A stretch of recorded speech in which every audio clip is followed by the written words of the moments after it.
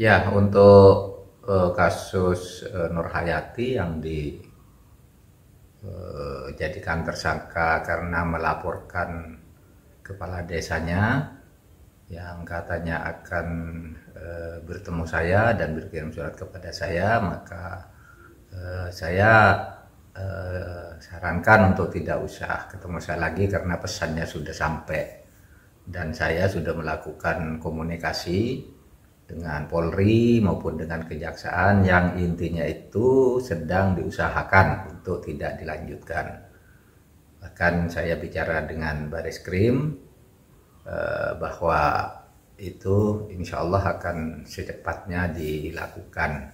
Tinggal soal teknis kan, apakah nanti mau pakai SP3 atau SKP 2 gitu. Kalau SP3 itu artinya Kejaksaan mengembalikan ke Polri bahwa status tersangka itu belum bisa karena misalnya belum lengkap atau kurang jelas sehingga nanti jadi P19 lalu SP3. Tapi bisa juga Kejaksaan menyatakan tidak tidak tepat sehingga dikeluarkan SKP 2 bagi kita. Tidak terlalu penting yang mana, yang penting sekarang semangat yang disampaikan oleh Presiden Jokowi agar orang berani melaporkan kalau ada korupsi, sehingga kita tidak mempersulit orang melaporkan menjadi takut karena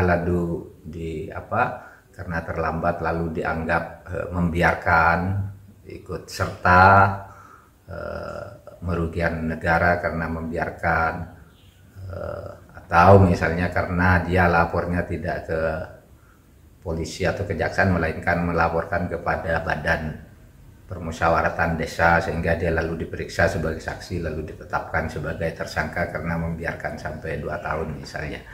Mungkin formalitasnya itu tidak salah sih Polri maupun Kejaksaan Agung, formal prosedurnya, tetapi substansinya mungkin